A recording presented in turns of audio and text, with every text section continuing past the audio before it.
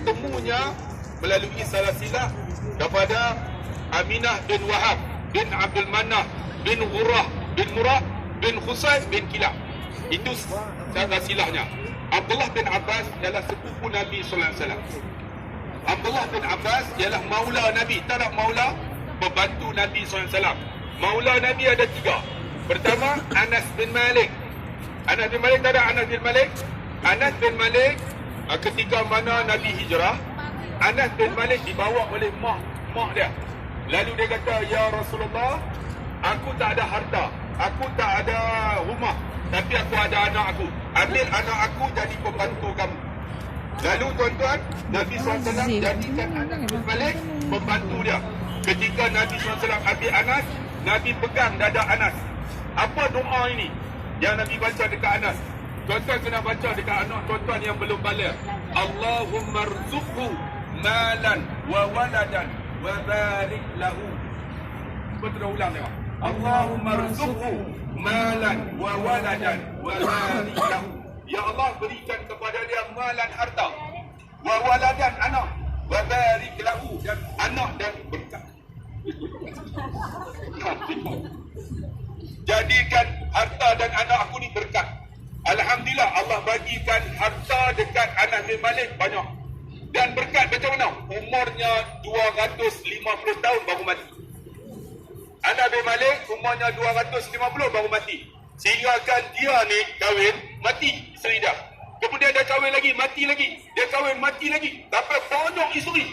Mati semua, dia malas nak kahwin dah. Anak dia punya banyak. Akhirnya anak dia pun mati. Lepas anak dia mati, cucu dia pun mati juga. Lepas cucu dia mati, cicit pun mati, dia tak mati lagi. Lepas cicak pula, cicak pun mati. Lepas cicak mengkaruk, kabuk semua mati. Bila semua mati, dia kata apa? Wahai Anas, bagaimana hidup kamu? Dia kata, hidupku dalam kesunyian. Sebab apa? Sebab isteri dia semua dah mati. Dia hidup 250 tahun. Allah panjangkan umurnya. Dia kata, aku hidup dalam kesunyian, tak ada kawan. Sebab tu kalau kita hidup tuan-tuan umur panjang pun rugi juga. Sebab tu umur umat Nabi Muhammad, umrukum mati sitin wa sab'in, 60-70 lah.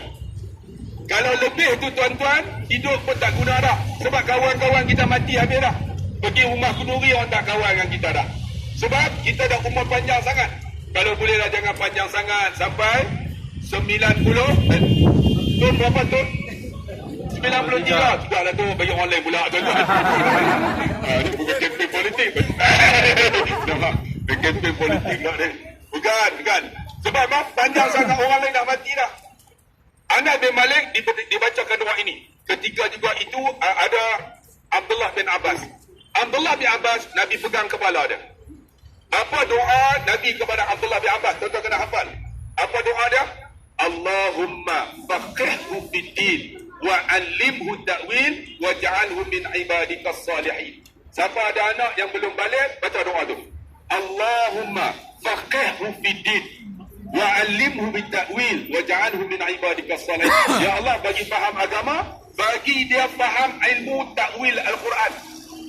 Allah bagi faham kepada Abdullah bin Abbas ilmu ta'wil Al-Quran. Alif Lam Mim, dia tahu apa makna Alif Lam Mim. Alif Lam Mim Sa, Alif Lam Mim Sa, semua dia tahu. Ilmu ta'wil Al-Quran diberikan kepada Abdullah bin Abbas. Sebab tu siapa ada anak yang macam ni, Allahumma faqihhu fid-din wa 'allimhu ta'wil waj'alhu min ibadikas salihin.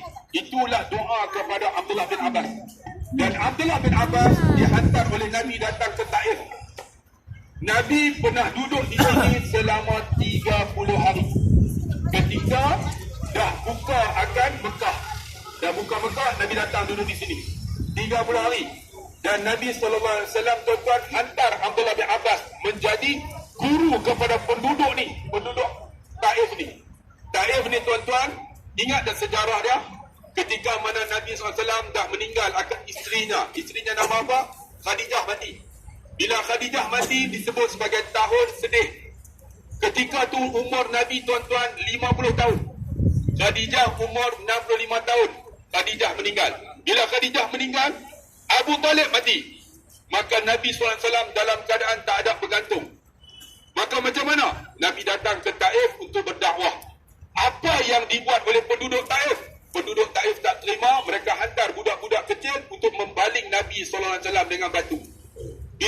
Nabi dengan batu. Nabi masa tu dengan pembantu dia, nama Zaid bin Harithah. Zaid bin Harithah ni disebut sebagai anak angkat Nabi. Setengah kata Zaid bin Muhammad, lalu turun ayat mencegah anak angkat diberi nama kepada bapa angkat. Kalau tuan-tuan nak bagi nama bapa angkat, macam mana? Zaid bin Harith bin Muhammad. Bagi nama Zaid Muhammad bin Harithah. Bagi nama Muhammad. Nama kita lah. Tuan-tuan anak angkat ni nama apa? Nama Yusuf. Nak bagi nama saya kan? Bapa dia nama Hamid. Bagi nama Yusuf Abdullah Khairi bin Hamid. Tuan faham tak? Bukan bin Abdullah Khairi, sebab saya bapa angkat. Bagi nama Yusuf Abdullah Khairi bin Hamid. Maksudnya nama tiga dah. Itu cara dia. Jadi Zaid bin Harithah ni tuan-tuan bersama Nabi, pembantu Nabi SAW. Bila sampai tuan-tuan dilontar dengan batu oleh penduduk-penduduk Taif ni, mengerahkan budak-budak. Bila dilontar tuan-tuan, Nabi luka kaki dia bersama dengan Zaid bin Harithah. Kemudian Nabi SAW berundur tuan-tuan. Nabi berada di satu kebun. Nanti kita akan pergi kebun. Kebun tu dimiliki oleh Utbah dan Utaibah bin Rabi'ah. Nanti kita akan sampai. Nabi berhenti. Nabi letakkan dekat satu batu. Dengan izin Allah, batu tu jadi melengkung. Maka batu melengkung itu dibuat masjid. Masjid tu nama dia Masjid Ku, Masjid Siku. Tapi kita nak pergi sekarang, masjid tu direnovate, tak boleh masuk. Masjid Ku ada lengkung. Ni lengkung siku Nabi SAW. Ketika itulah tuan-tuan, Nabi SAW berdarah apa semua ni. Datang seorang Kristian yang duk jaga kebun anggur di Utbah dan Utaibah bin Rabi'ah. Namanya Adas. Ada ni tengok, dia bawa anggur, dia bagi. Dia bagi-bagi, Nabi pegang anggur, Nabi baca Bismillahirrahmanirrahim. Lalu Adas kata, wahai saudara, apakah kamu ini keturunan Yusuf bin Matta? Tak ada Yusuf bin Matta. Yusuf, Nabi Yusuf. Apa Nabi Yusuf tak kenal? Apa kedai pakcik lepas meriam? Nabi Yusuf, Yusuf bin Matta. Kenapa? Ingat tak Nabi Yusuf? Nabi Yusuf dibuang, dia lari daripada kampung dia. Kemudian dibuang daripada kapal, masuk ke dalam perut ikan paus selama 40 hari. Apakah doa Nabi Yusuf?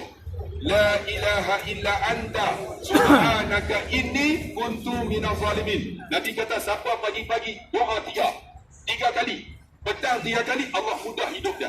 Sebab tu kalau boleh tuan-tuan pagi-pagi lepas subuh doa ini, la ilaha illa anta subhanaka inni kuntu minaz zalimin. Ini doa Nabi Yusuf. Kalau ramai, la ilaha illa anta subhanaka inna kunna minaz zalimin. Jamakkan dia. Subhanaka inni kuntu minaz zalimin. Ni, dia kata, apakah kamu ni saudara Yusuf bin Matta? Dia kata, Yusuf bin Matta dan aku ialah sama. Aku adalah Nabi dan Rasul. Lalu bila dia kata macam tu, Adas ni terus masuk Islam. Maka Adas tu ada masjid dah. Kalau kita jalan masuk, ambil jarak 600 meter jauh juga. Cuma kita akan lalu saja di Masjid Ku dan Masjid Kantarah.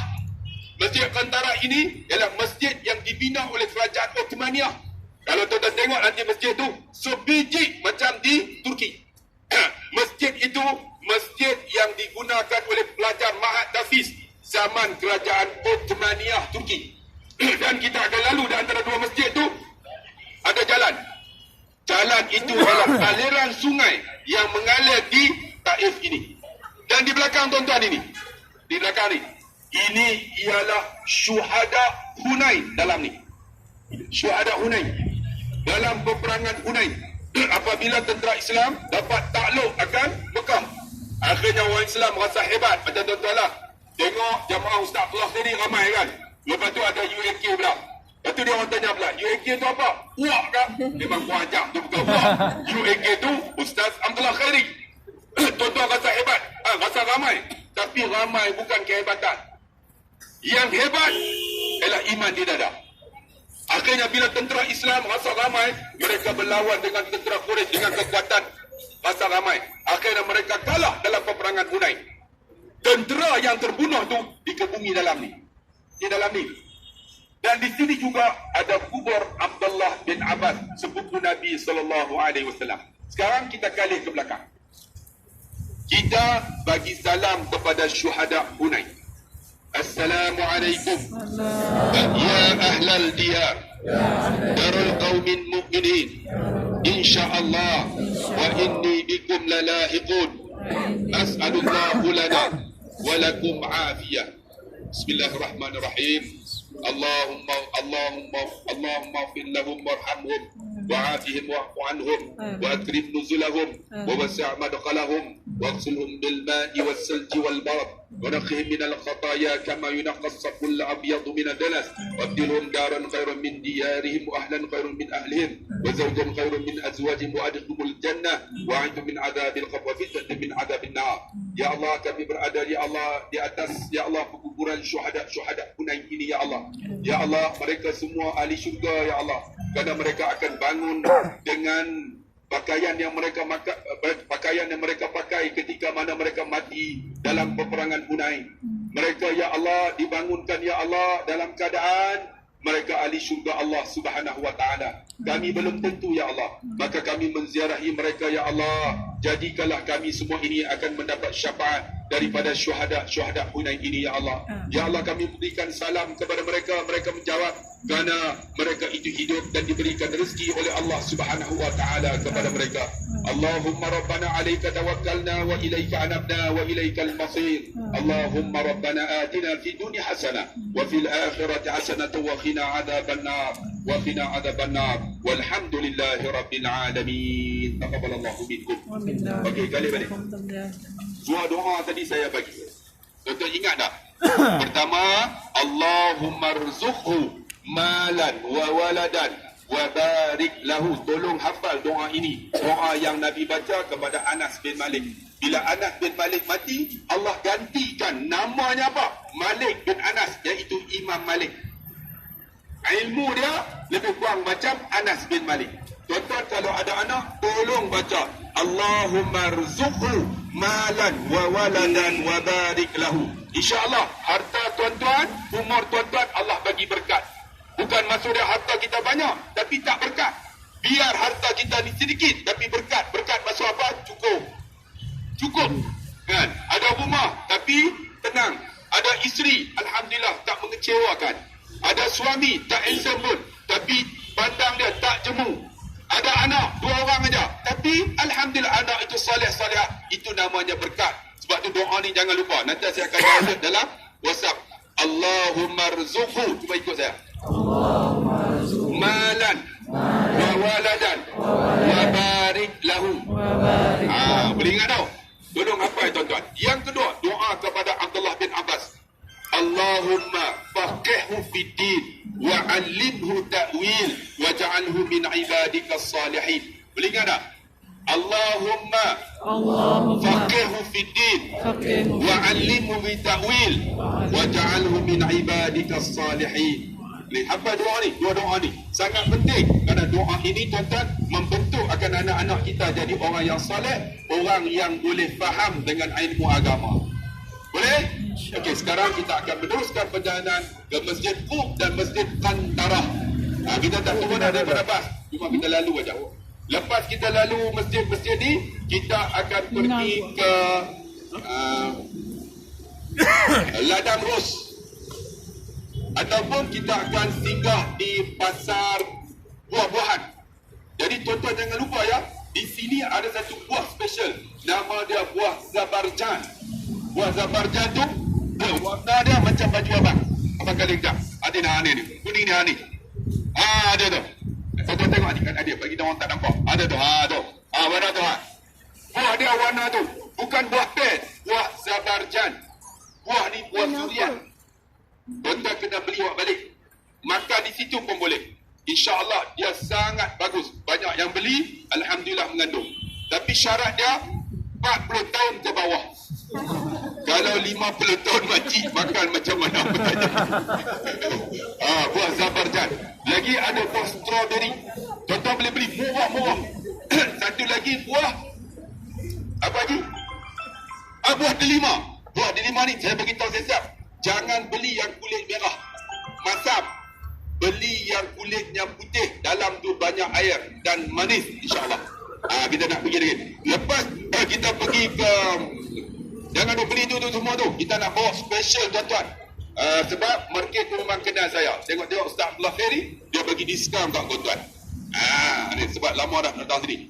Kemudian kita akan pergi ke Ladang Ros. Ladang Ros ni ladang yang terbaik di dunia di Taif. Tuan-tuan pergi tengok nanti, tuan-tuan minum tu jus ros. Tuan-tuan, dia akan jual macam-macam. Ladang Ros ini dimiliki oleh seorang yang sama dengan pemilik Bank Malaysia, RHB, Rashid Hussein nama dia. Pemilik dah sama, nanti dia kenal saya. Tuan-tuan dia bagi diskaun, tuan-tuan nak beli-belilah. Tapi beg pun dah banyak dah kan. Hati-hatilah tuan-tuan, anak kita warna hitam dan keemasan. Tuan-tuan jangan keluarkan anak luar nikah Banyak Bangladesh, ada Pakistan bodoh ni beg ni. Pastikan jangan banyak sangat. Okey, sampai di situ boleh tengok ada spray pewangi dan sebagainya, tuan-tuan boleh beli. Itu semua ros, berasa ros. Kemudian kita akan pergi makan di restoran. Restoran dia sedia nasi mandi ayam. Ada yang tak makan ayam? Tak makan ayam Ada lagi tak?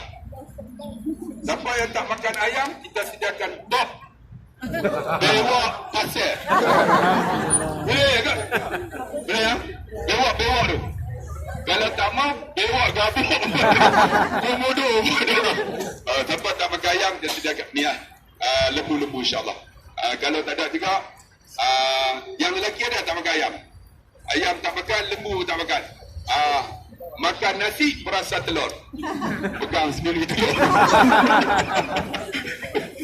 Macam mana? Itu program kita sampai pukul 4 petang. Kemudian 4 petang kita akan pergi miqat di Qarnun Manazil. Kalau boleh semua buat umrah. Boleh ya? Ada yang tak nak buat umrah tak? Buat umrah ya? Sebab kita tak nak nanti dipertikaikan ketika balik Malaysia. Sebab nanti ada orang akan pertikai. Kenapa pergi Taif tak tawaf wadah? Jadi kita boleh jawab hujah kita, kami balik kita buat umrah. Okey, tak rugi tuan-tuan, pahala dia cukup besar. InsyaAllah. Okey? Jom kita masuk semula ke dalam